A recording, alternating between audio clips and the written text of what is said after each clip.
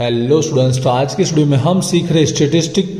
आज का वीडियो दोनों मीडियम के लिए यूजफुल रहेगा। मैं दोनों मीडियम में कंप्लीट एक्सप्लेन करने वाला हूँ। जो चैप्टर हम सीख रहे हैं उसका नाम है लॉट कंट्रोल टेक्निक, जत्था नियंत्रण पद्धति। ऑलरेडी चैप्टर के 10 वीडियो अपलोड हो चुके। रिक्वेस्ट स्टार्टिंग से वो सारे चेकआउट कीजिएगा जिससे आपको चैप्टर कंप्लीट समझ में आ जाएगा। आज हम क्या सीख रहे हैं, आज हम जो भी इसकी लेटेस्ट एग्जाम हुई थी नवंबर 2022 के अंदर, इस चैप्टर के जो 2 सम्स या 2 मेथड पूछी गई थी उसका आज हम कंप्लीट सॉल्यूशन देखने वाले, जो बहुत ही इंपॉर्टेंट रहेंगे। उसके रिगार्डिंग ऑलरेडी वीडियो अपलोड हो चुके, इसलिए स्टार्टिंग के सारे वीडियो जरूर देखिएगा। जस्ट हम यहाँ प्रैक्टिस करने वाले। तो दोनों सम्स के बारे में हम बात कर लेते हैं।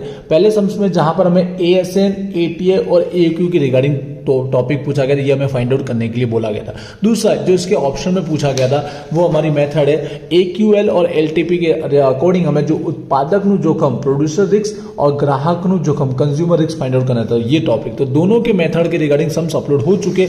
अगर कुछ सम्स मेंबरशिप के लिए होंगे तो प्लीज हो सके आपको वो देखने, तो मेंबरशिप 1 मंथ के लिए आप ज्वाइन जरूर कीजिए जिससे आपको वो सारे सम्स देखने को मिले। या तो फिर दूसरा ऑप्शन सबसे बेस्ट, आप VGCD पॉइंट एप्लीकेशन डाउनलोड कीजिए। हो सके तो 1 मंथ के लिए या 3 मंथ के लिए जो कोर्स अवेलेबल है सेमेस्टर 5 का, उसमें एनरोल हो जाइए। आपको सारे के सारे प्रैक्टिकल जितने चैप्टर है उनका कंप्लीट सॉल्यूशन देखने को मिल जाएगा। आपकी प्रिपरेशन बहुत अच्छे से हो जाएगी। तो चलिए वीडियो को स्टार्ट करते हैं। दोनों सम्स का प्रैक्टिस करने वाले हम सम्स के अंदर पहले से आपको इसका कॉन्सेप्ट जो है रहेगा वो पता रहेगा, तो डायरेक्ट हम सॉल्यूशन ही स्टार्ट करते हैं। ठीक है, सॉल्यूशन की ही मैं बात करूंगा। तो यहाँ पर हमें फाइंड आउट करने के लिए बोला गया है ASN, ATA और AOQ। तो देखिए हमें इसका फॉर्मूला पता होना चाहिए तीनों का। तो एक बार मेरे फॉर्मूला राइट डाउन करते हैं जिससे हमको पता रहेगा कि हमको किस चीज का कैलकुलेशन करना है। ASN का मतलब होता है डायरेक्ट स्मॉल n होता है, मतलब यहाँ तो हमें कोई कैलकुलेशन करने की रिक्वायरमेंट ही नहीं। स्मॉल n मतलब यहाँ पर आपको पता है जो हमें सैम्पलिंग प्लान दिया गया, निर्देशन योजना, जहां पर आपको वैल्यू पता है। जो फर्स्ट वैल्यू होती है हमारा कैपिटल N होता है, 1500 दिया गया। सेकंड जो होता है वो हमारा स्मॉल n होता है, 150 दिया गया। और थर्ड जो होता है डिफेक्ट नंबर होता है जो हमको C या D करके इंडिकेट करते हैं। तो यहाँ पे मैं D करके राइट डाउन करता हूँ। तो 2 दिया गया तो आपको पता है 0 से स्टार्ट करना रहता है, 0, 1 और 2। तो ASN मतलब होता है स्मॉल n। तो स्मॉल n कितना है, 150। तो डायरेक्ट इसका तो आंसर हो गया 150, ये हमारा कंप्लीट हो चुका है। अब बात करते हैं ATI, जो हमें सेकंड फाइंड आउट करने के लिए कहा गया। तो इसका फॉर्मूला आपको पता होगा, small n plus in bracket capital N minus small n, second bracket 1 minus P है, राइट। तो यहाँ पर देख रहे हो बाकी सारी वैल्यू लेकिन PA नहीं है, इसका मतलब आपको PA फाइंड आउट करना पड़ेगा। थर्ड जो हमें बोला गया, मांगा गया, वो हमारा AOQ, राइट। तो AOQ का भी फॉर्मूला आई होप आपको पता होगा, P डैश इंटू PA। तो यहां पर भी हमें PA फाइंड आउट करना है। तो इन शॉर्ट में सबसे पहले हमको तीनों के कैलकुलेशन में से एक का तो हो चुका है, इन दोनों के लिए क्या फाइंड आउट करना है, हमको PA फाइंड आउट करना पड़ेगा इस सैम्पलिंग प्लान के अकॉर्डिंग, राइट है। तो चलिए सॉल्यूशन स्टार्ट करते हैं। तो सबसे पहले हमको पहचाना है कि यहाँ पर कौन सी मेथड अप्लाई होने वाली। तो हम लोग कहाँ पे फोकस करते हैं, कैपिटल N, राइट है। तो कैपिटल N देख लीजिए 200 से ज्यादा है, 200 से बड़ा है। तो आपको पता चल गया कौन सी मेथड हमको फाइंड आउट करनी होगी, कौन सी मेथड अप्लाई करनी। तो वो हमारी पॉइजन वितरण की मेथड अप्लाई करनी होगी, क्योंकि यहाँ पर कैपिटल N क्या है, 200 से ज्यादा है। तो इसके रिगार्डिंग ऑलरेडी हमको सम्स में इंफॉर्मेशन दी गया। अगर देखोगे ना हमको E की वैल्यू दिया गया, तो वहीं से हमको पता चल जाता कि हमका यहाँ पॉइजन अप्लाई होने वाला है। फिर भी आप एक बार अप्लाई करके चेकआउट कर लेने का कैपिटल N बड़ा दिया गया है या नहीं दिया गया है। तो सबसे पहले फॉर्मूले की बात कर ले, तो आप लोग को फॉर्मूला पता होगा। फॉर्मूला क्या है पॉइजन का, PA is equal E raise to NP dash into NP dash की पावर यहाँ पर होती है D अपॉन में D फैक्टोरियल। यहाँ पे स्मॉल n यूज किया जाता है, पॉइजन में कौन सा होता है, स्मॉल n। और सेकंड सम्स में आपको सेकंड मेथड सीखने को भी मिल जाएगी, हाइपर जियोमेट्री। तो दोनों मेथड सम्स में आपको देखने को मिलेगी, ठीक है। तो स्टार्ट करते हैं सॉल्यूशन। तो यहाँ पर हमें याद रखना है D0, 1, 2 मतलब तीनों तक के लिए सॉल्यूशन करना रहेगा। सबसे पहले हम वैल्यू किसकी फाइंड आउट करेंगे, स्मॉल NP डैश। पॉइजन में हमेशा पहले हम स्मॉल NP डैश की वैल्यू फाइंड आउट करते हैं। तो स्मॉल n कितना दिया है, 150 इंटू में P डैश। P डैश हमें दिया गया सम्स में देख लीजिए 0.02 दिया गया। अगर परसेंट में दिया गया तो डिवाइड में 100 आपको करना रहेगा, 0.02। तो हमारा यहाँ NP डैश जो आ जाएगा उसकी वैल्यू बनेगी यहाँ पर 3, राइट। अब फॉर्मूले में वैल्यू अप्लाई कर लेते हैं। NP डैश का तो 3 मिल चुका है। एक बार D बराबर 0 रखेंगे, एक बार 1 रखेंगे और एक बार 2 रखेंगे। तीनों का सॉल्यूशन साथ में करेंगे। प्रीवियस आपने वीडियो देखे तो डायरेक्ट मैं सॉल्यूशन की बात कर रहा हूँ। आई होप जस्ट आपको प्रैक्टिस हो जाएगा यहाँ पर। तो E रेज टू NP, एक बार क्या है NP बराबर तो 3 रहेगा, ठीक है। अगेन NP उसका पावर क्या है D, और D एक बार क्या यूज कर रहे हैं हम, 0 यूज करेंगे अपॉन में D, उसके लिए भी 0। फैक्टोरियल लिखना जरूर याद रखिएगा। सेकंड, अब 1 के लिए अप्लाई करें, D की वैल्यू 1 हो जाएगी, बाकी फॉर्मूला सेम टू सेम रहेगा। E raise to NP, NP की वैल्यू 3, यहाँ पर भी NP3 और इसकी पावर D अब चेंज हो जाएगा 1, क्योंकि 1 के लिए फॉर्मूला हम यूज कर रहे हैं। अपन में D मतलब 1 फैक्टोरियल। अब अगेन 2 के लिए D की वैल्यू अब 2 हो जाएगा, e⁻NP बराबर 3, NP बराबर यहाँ पर भी 3 और D की वैल्यू कितना हो जाएगा 2 अपॉन में 2 फैक्टोरियल। वैल्यू रखना एकदम इजी था, आपको बस यहाँ ध्यान रखना D की वैल्यू एक बार 0 के लिए फॉर्मूला है, D की वैल्यू 1 के लिए और D की वैल्यू 2 के लिए, बाकी सब NP बराबर 3 से M2 सेम है। सॉल्यूशन कर लेते हैं। यहाँ पर e की पावर जो 3 दिया गया उसका आंसर हमारे पास होगा, इसमें 100% दिया गया होगा, यहाँ दिया 0.05, तो बस वो वैल्यू डायरेक्ट राइट डाउन कर लीजिए 0.05। बस हमको e का पावर ही सॉल्यूशन करना रहता है, ठीक है। यहाँ पावर जब भी 0 तो उसका आंसर हमेशा 1 आएगा, जिसका पावर 0 होगा तो उसका आंसर हमेशा 1 आएगा। और 0 फैक्टोरियल का भी आंसर क्या आता है, 1 ही आता है।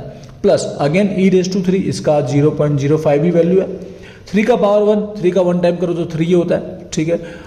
अपन में फैक्टोरियल मतलब आपको पता है पीछे तक आपको 1 तक जाना चाहिए तो 1 ही है, तो उसका आंसर भी 1 ही आएगा हमेशा।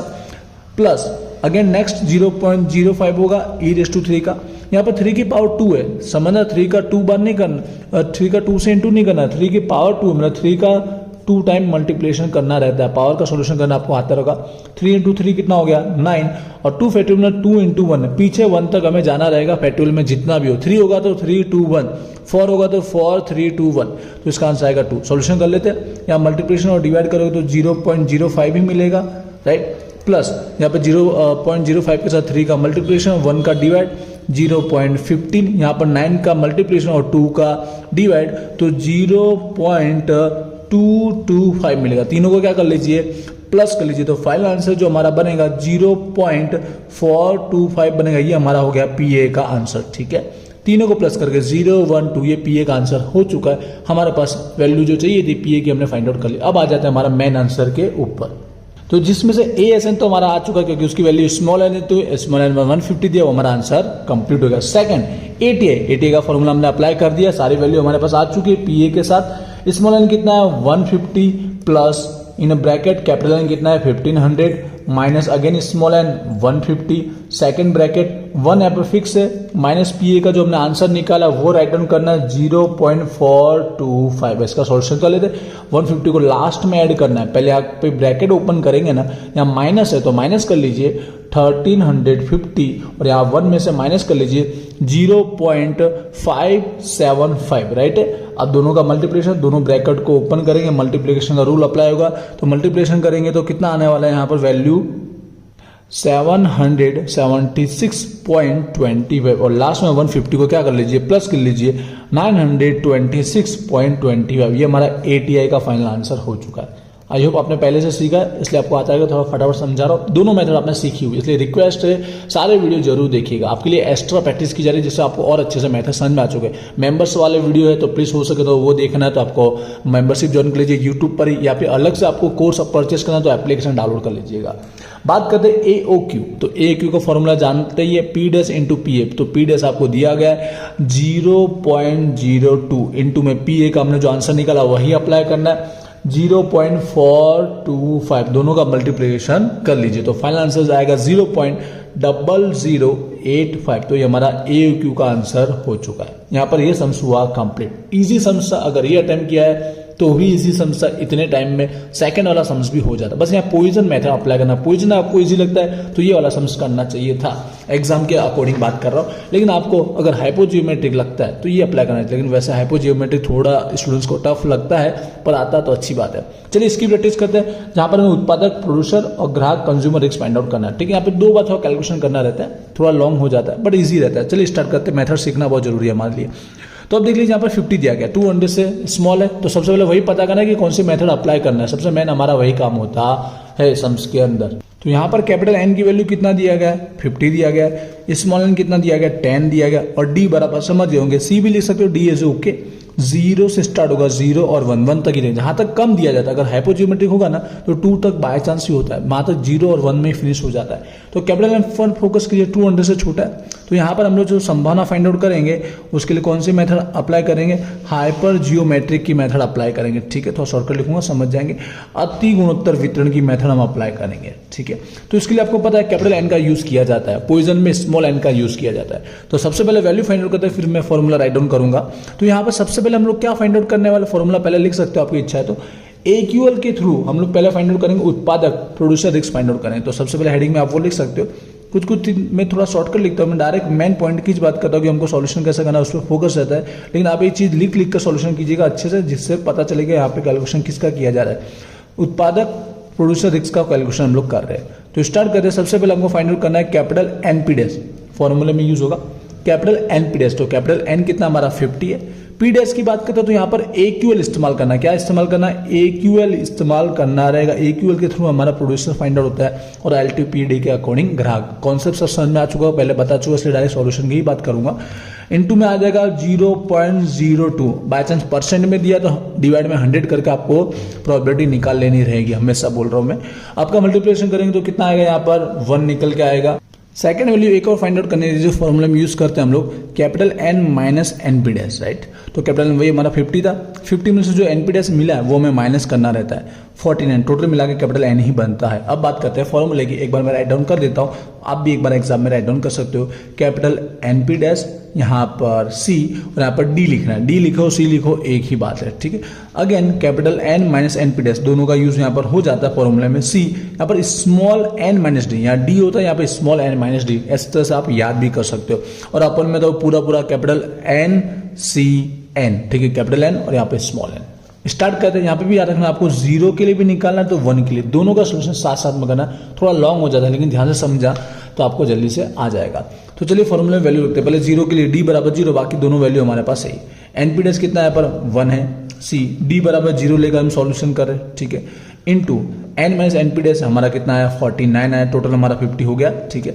स्मॉल n यहाँ रखना, ये बात आपको सेकंड वाले में ध्यान रखना है। स्मॉल n कितना अपना 10 है। 10 माइनस D बराबर 0 अपॉन में कैपिटल N और स्मॉल n 50 और 10, तो 50C10। फॉर्मूले में वैल्यू जस्ट रखा है, इसको सॉल्व नहीं किया अभी। प्लस बाजू में सेकंड का भी हम सॉल्यूशन कर लेते हैं। मतलब 0 रखा था D बराबर, अब 1 के लिए भी इसी को सॉल्व करना है। बस अब 0 की जगह 1 लिखिए, बाकी सब सेम रिपीट होगा। अगर हम लोग यहाँ देख के लिखेंगे ना तो भी चल जाएगा, लेकिन अगर बाई चांस अगेन फॉर्मूले में देख के आपको वैल्यू लिखना है तो भी आप लिख सकते हैं, वरना मैं 0 की जगह बस 1 लिखूंगा ना तो भी हमारे फॉर्मूले में वैल्यू परफेक्ट ही आने वाली है, कोई डाउट नहीं है, ठीक है।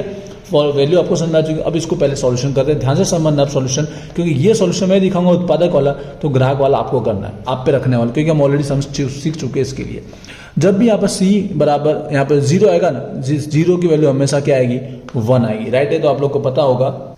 अगेन उसके बाद देखिएगा यहाँ पे 49 है, 49 का सेम रखिए। पहले माइनस कर लेते हैं, 10 में से 0 माइनस किया 10, अपॉन में कुछ माइनस नहीं करना, सेम इट लिख देते हैं, ठीक है। प्लस तो प्लस, ये 1C0, अगेन जब भी 0 होगा तो उसका आंसर 1 ही आएगा।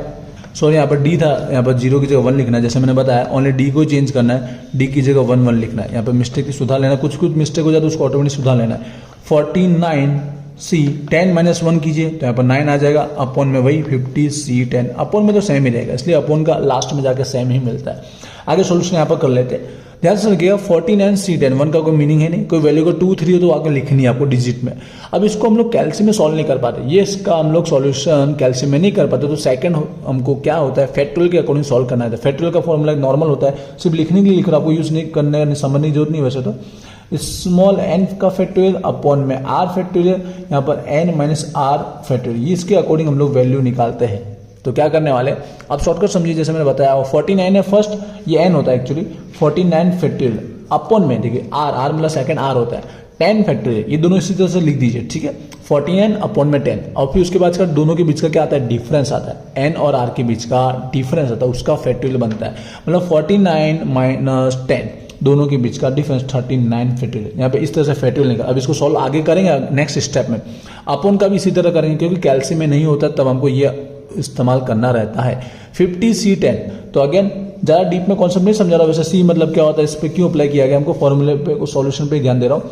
50 फैक्टोरियल अपॉन में 10 है, तो 10 फैक्टोरियल, लास्ट में दोनों के बीच का डिफरेंस, तो 40 फैक्टोरियल। क्लियर हुआ कि नहीं हुआ? सेम इट इज हम सेकंड वाले फॉर्मूले के लिए भी करेंगे। फर्स्ट के लिए क्या, ये 0 वाले का जो आया था वो, ये 1 वाले का, यहाँ पे 1 है नहीं लिखेंगे क्योंकि 1 की वैल्यू सेम होती है, यहाँ पे 2 3 लिखा तो लिखना है, और वो फैक्टोरियल नहीं, वो डिजिट डायरेक्ट आंसर आता है, ठीक है, क्योंकि यहाँ पे उसका सॉल्यूशन हो चुका होता है। इसके लिए 49, तो यहाँ पर अगेन सेम 49 फैक्टोरियल, ठीक है, अपॉन में यहाँ पे 9 है, इस बार ध्यान रखिएगा 9 फैक्टोरियल, दोनों के बीच का डिफरेंस करोगे तो 40 फैक्टोरियल, 49 माइनस 9, अपॉन में तो वही 50C10 सेम डिजिट आने वाला है।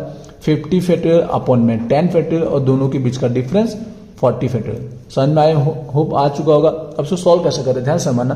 पहले तो अपॉन वाले को क्या मल्टीप्लिकेशन में ले जाओ जिससे हम काटने में इजी रहेगा। वैसे ऐसे भी मैं समझा सकता हूँ लेकिन एक बार अपॉन वाले को क्या करेंगे मल्टीप्लिकेशन में ले जाएंगे जिससे हम इजीली उसे कट कर पाएंगे। ठीक है, तो मल्टीप्लिकेशन में जब अपॉन वाले को लाते हैं तो पोजीशन क्या हो जाती है चेंज हो जाती है। जो अपॉन का होता है वो इनटू में आ जाता है जो। ठीक है, तो यहाँ पर 50 अपॉन में 10 और 40 है तो यहाँ पर 10 फैक्टोरियल 40 फैक्टोरियल ऊपर आ जाएगा और 50 फैक्टोरियल नीचे आ जाएगा जब भी हम उसको ऑपोजिट करेंगे तब।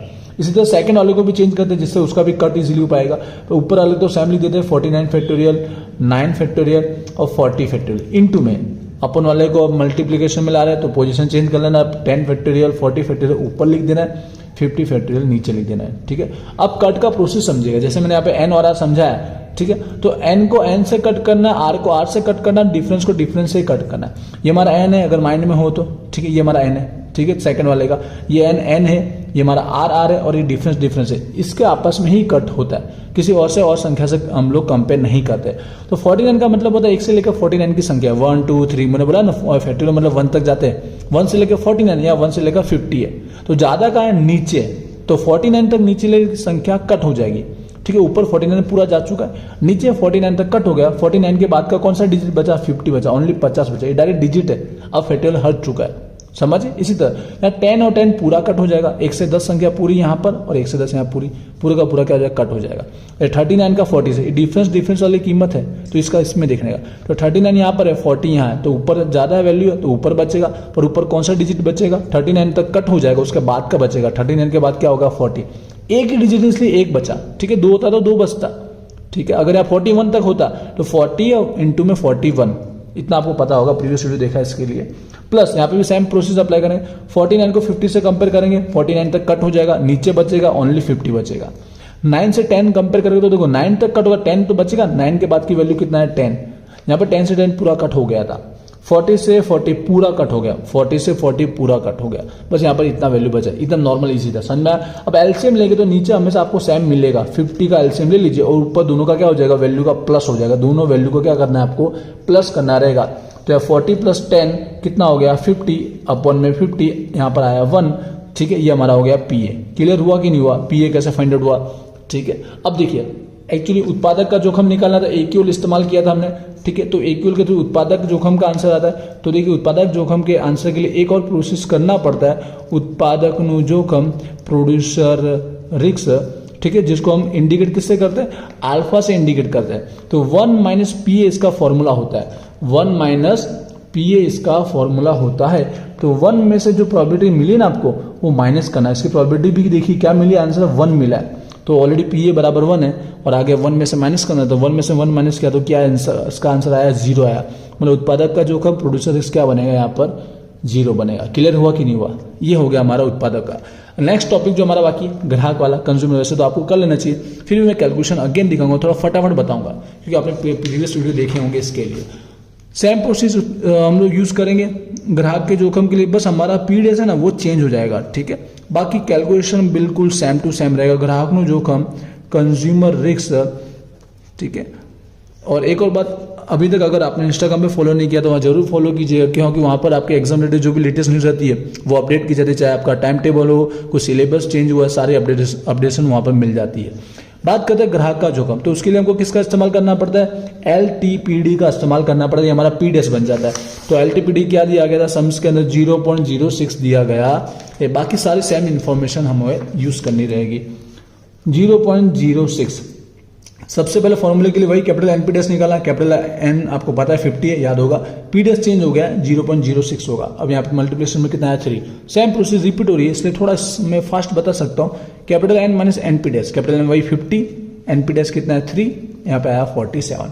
फॉर्मूला में एक बार राइट डाउन कर देता हूँ। कैपिटल एनपीडीएस सी यहाँ पर डी, सेकंड में कैपिटल एन माइनस एनपीडीएस दोनों इस्तेमाल हो चुका है। सी यहाँ स्मॉल एन माइनस डी होता है, यहाँ इतना याद रखना है NCN।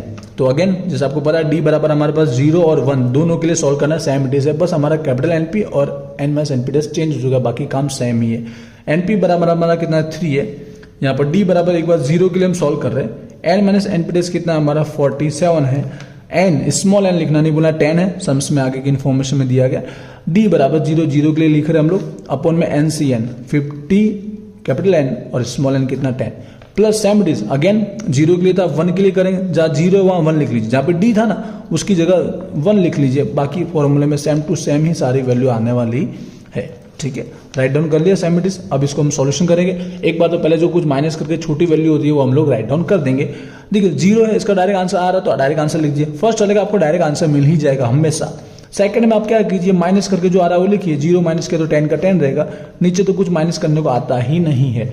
इसी तरह 3C1 का आंसर आ चुका ऑलरेडी, डायरेक्ट 3 आएगा। सी का सोल्यूशन करना आपको आना चाहिए।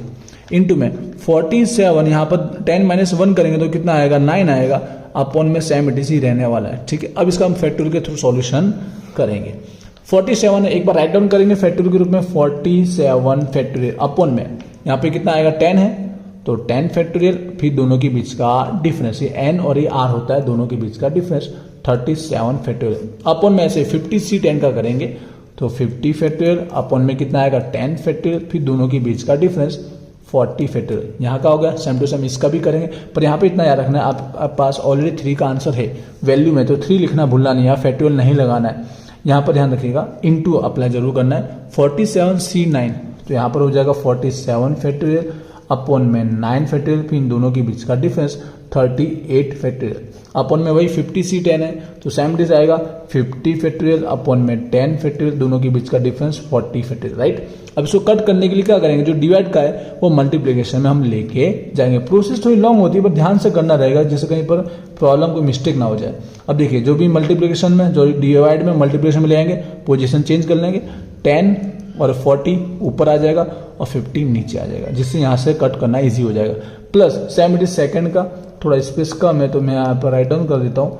देखिएगा ध्यान से, पहले ऊपर वाला सेम इट इज हमने लिख डाला, यहाँ पर जो अपॉन में था उसको मल्टीप्लिकेशन में लेके आएंगे। ठीक है, अपॉन में 50 फैक्टोरियल। चलिए कट करते हैं। जैसे मैंने कहा n का n से करना, कैपिटल का n का कैपिटल n से कंपेयर करना है, स्मॉल n का स्मॉल n से, और जो डिफरेंस वाले का डिफरेंस वाले से ही करने का। 47 से 50 को कंपेयर करेंगे तो नीचे बचेगा, 57 तक की वैल्यू हमारी कट हो जाएगी। 57 के बाद क्या बचा, 48 बचा, उसके बाद 49 बचा और 50 लास्ट डिजिट, तो यहाँ तक वैल्यू आएगी। 10 को 10 से कंपेयर किया, पूरा कट हो गया, 1 से 10 सारी वैल्यू कट होगी। 37 को 40 से कंपेयर किया तो 37 तक कट हो जाएगा, उसके बाद की वैल्यू बचेगी। 37 के बाद क्या, 38, 39 और 40, ये सारी वैल्यू डिजिट में बच रहा है। फैक्टोरियल हमारा कट हो चुका है। प्लस टू प्लस, यहाँ 3 डिजिट में है तो 3 लिखना भूलना नहीं है। बाकी फैक्टोरियल का कंपेयर करेंगे, 47 फैक्टोरियल और 50 फैक्टोरियल, ये पहले हम लोग इसी का कर लेना है। ठीक है, तो नीचे सेम ही बचता है, मोस्ट ऑफ हमेशा 100% सेम ही बचेगा। 48 फैक्टोरियल बचेगा, सॉरी डिजिट में लिखिएगा, 48, 49 और 50। नेक्स्ट 9 का 10 से कंपेयर करेंगे तो 9 तक कट हो जाएगा, 10 बचेगा। 38 का 40 से करेंगे, 38 तक कट हो जाएगा, 39 इंटू में 40 बजाय। कंपेयर करना आपको आई होप समझ में आ चुका। ऊपर ऊपर का मल्टीप्लिकेशन कर लीजिए, नीचे नीचे का मल्टीप्लिकेशन कर लीजिए। ऊपर की वैल्यू का 59,280 आएगा और नीचे जो देखें 1,17,600 आएगा। सेम इट इज यहाँ पे भी चारों वैल्यू का मल्टीप्लिकेशन आप कर लीजिए, 46,800 आएगा। नीचे तो सेम हमारा आएगा क्योंकि सेम वैल्यू होती है, तो 1,70,600 आएगा। अब क्या करना है, लास्ट में आपको पता है एलसीएम लेंगे, बिल्कुल नीचे अपॉन में हमेशा क्या होगा, सेम वैल्यू ही होगी। ऊपर दोनों को क्या कर लीजिए, प्लस कर लीजिए, ऐड कर लीजिए। ऐड करके जो आ रहा है मैं डायरेक्ट वैल्यू लिख देता हूँ, ऐड करके आ रहा है वो मैं डायरेक्ट वैल्यू लिख देता हूँ, 1,06,080 आएगा। क्या कर लीजिए, यहाँ पर डिवाइड कर लीजिए। तो डिवाइड करेंगे ना 0.9020, ये इसका हमारा पी है। वैल्यू हमेशा 4 डिजिट में लिखी है, ये हमारा प्रोबेबिलिटी फाइंड आउट हो चुका है। बट अब जैसे उत्पादक के लिए 1 में से माइनस किया था, लेकिन ग्राहक के जोखिम के लिए, ठीक है, ग्राहक के जोखिम के लिए, कंज्यूमर रिस्क के लिए आपको 1 में से माइनस करना नहीं रहता है। इसके लिए सिंबल में हम बीटा लिखेंगे और डायरेक्ट जो पीए का आंसर आया वो हमारा डायरेक्ट बन जाता है। इसमें 1 में से माइनस आपको करना रहता नहीं, तो हमारा कंज्यूमर रिस्क, ग्राहक का जोखिम फाइंड आउट हो चुका है। थोड़ा इसमें ने बताया, आई होप आपको क्लियर हो चुका होगा क्योंकि ऑलरेडी हम सीख चुके हैं। तो यहाँ पर 2022 लेटेस्ट नवंबर में जो पूछे दोनों मेथड के सम हमने कंप्लीट सीख लिए। ऑलरेडी दोनों मेथड के वीडियो अपलोड हो चुके थे, वो भी जरूर प्रैक्टिस कीजिएगा। हो सके तो आप यूट्यूब चैनल पर मेंबरशिप भी ज्वाइन कर सकते हो, या तो कोर्स में एक बार एनरोल भी होकर कंप्लीट सिलेबस पढ़ सकते हो। ठीक है, इंस्टाग्राम पे भी जरूर फॉलो कीजिएगा। मिलते हैं नेक्स्ट वीडियो में। Wish you all the best, thank you.